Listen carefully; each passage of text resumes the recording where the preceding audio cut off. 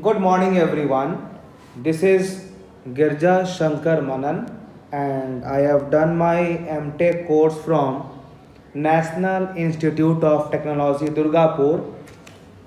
And here I will teach you chemistry till your JEE Mains, JEE Advanced, and NIT level. So, here I am going to start organic chemistry. I am going to start organic chemistry.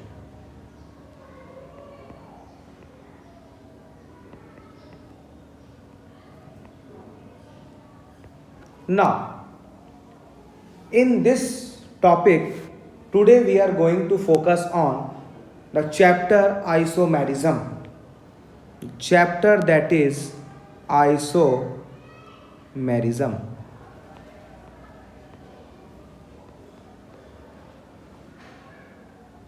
Now, first of all, we will focus what is isomers. Then we will move on the syllabus which we have to study. So, what is isomers? First, I will explain you with the help of examples. Then I will focus on its definition. So, suppose if I am taking one example, I have taken one example as one organic compound CH2 double bond CH single bond CH2 single bond CH3. This is my first compound which I have taken. I am taking one more different compound. The formula is CH3 single bond CH double bond CH single bond CH3. Now, in the two organic compounds given, I will count the number of elements present in both the organic compound.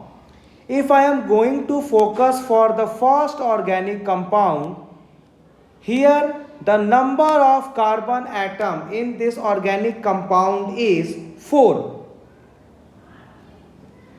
Number of hydrogen atom in this compound is 3 plus 2 5, 1 6 and 2 is 8. Now the same process I am going to follow for this second organic compound. Here also the number of carbon is 4. Number of hydrogen is 3 plus 1 4 and 4 8. This is the first information which I have given. Second, if I am going to write both organic compound IUPAC name. So for the first compound I am going to number the carbon atom, and this should be numbered in such a way that double bond should get the minimum number. Means for the first organic compound I am going to number from the leftmost side. That is your 1, 2, 3, 4. So, the first organic compound, its IUPAC name is 1, 2, 3, 4. For 4, the word root is but, and my double bond is present between the first and the second carbon. Whenever my double bond is present between two carbon, we will always take that carbon which has the lowest number. Now see, in the first organic compound, my double bond is between the first and the second carbon. So here, out of 1 and 2, the smallest number is 1. So we will take here but 1 dash. Now there is one double bond, so we have to use here ENE in. So the first organic compound IUPAC name is but1in. Now if we are going to focus for the second one, we are seeing that we can number this organic compound either from left or right, my double bond will always be between 2 and 3. Out of 2 and 3, the smallest number is 2. So its IUPAC name will be but 2-in. Now, from these two examples, what we can conclude that the word isomers, they have same molecular formula. In both the case, it is C4H8. But they are different molecules. Why? Because both the compounds have different IUPAC name. But they are different molecules because both the compounds have different IUPAC name. So, if I am going to define isomerism, so what I can write? The first point which I can focus for isomerism is कि they are different molecules. They are different molecules. Why it is so? Because both have different IUPAC name. Second point which we can focus is that they have same molecular formula.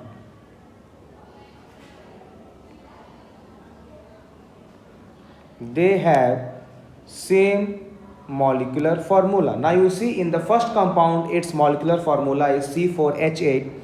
In the second compound also its molecular formula is C4H8. In both it is same. So I can define isomers as the two different compounds having same molecular formula. Clear? Okay. Now we classify isomers into two parts. We classify isomers into two parts. The first one we say as structural isomers. The first one we say as structural isomers. The second one we say as stereoisomers.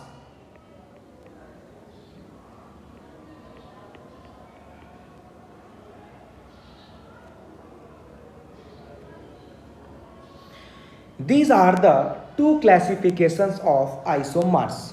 Now, again, we will classify the structural isomers into various types. The first one is your chain isomers. The first one is your chain isomer. The second one is your position isomer. The second one is your position isomer. The third one is your functional isomer. We will focus on each and every isomers in depth. The fourth one is your ring chain isomer.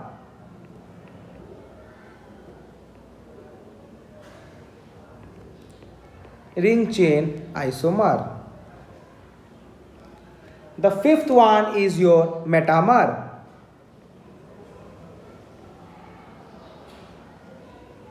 And the sixth one is tautomer.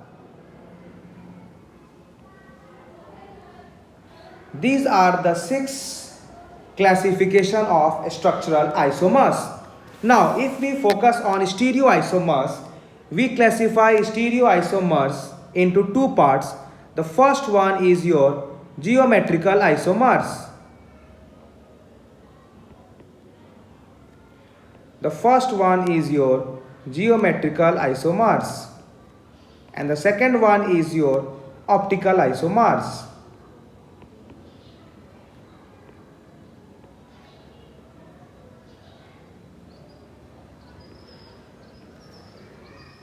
So these are the two classifications of isomers. Now we are going to start with Stereoisomers. We are going to start with the topic stereoisomers.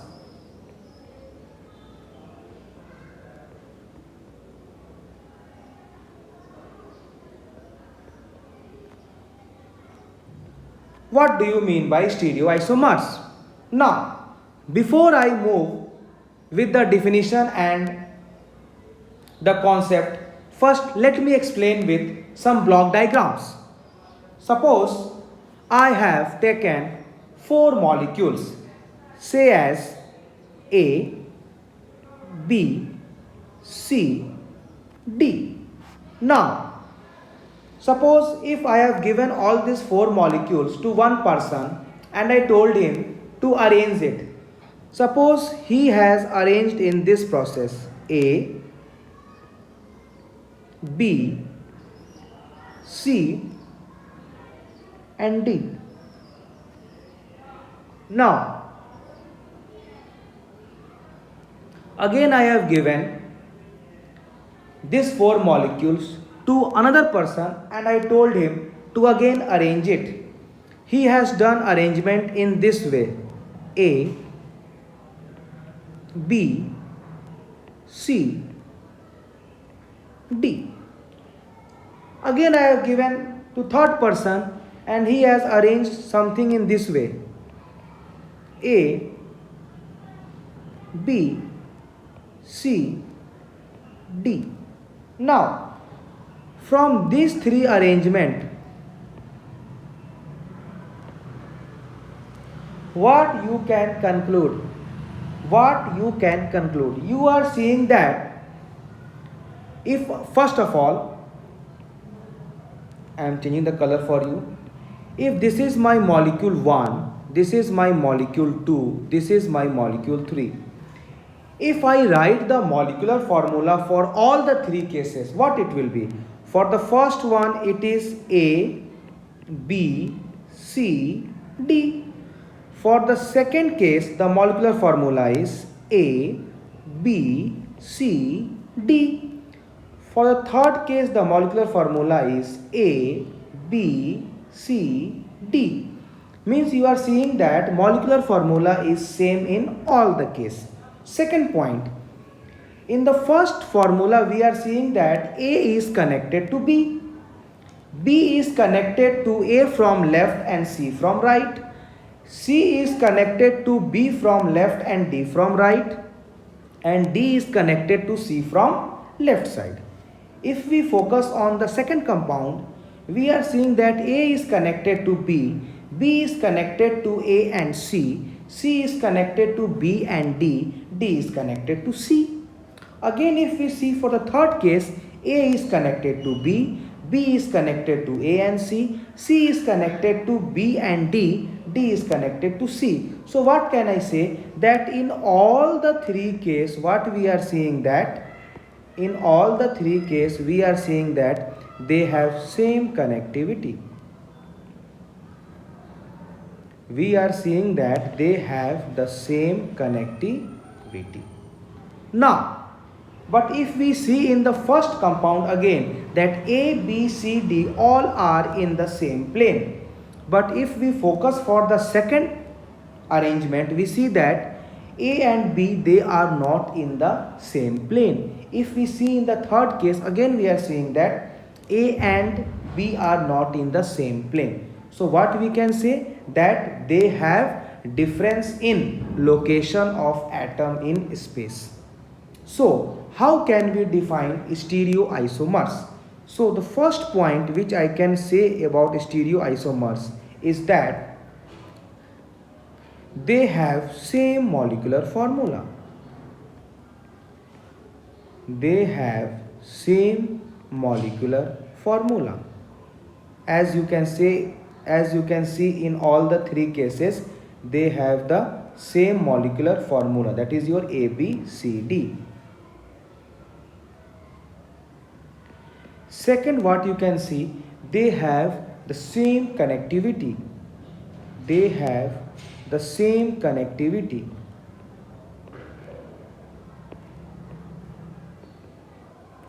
in all the cases we have seen that A, B, C, D all are connected with the same elements in all the three cases.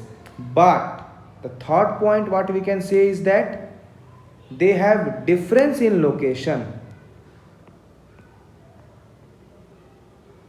They have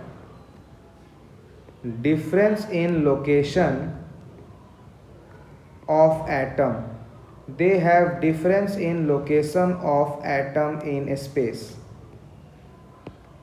Now in space they are not in the same plane. For example, if we focus on example number 1, they all are in same plane. But if we see in the second arrangement, A and B are not in the same plane. If we see for the third arrangement, again A and B are not in the same plane. So how can we define stereoisomers? That is, they have same molecular formula, the first point. Second point, they have the same connectivity, and third, they have difference in location of atom in space. Clear?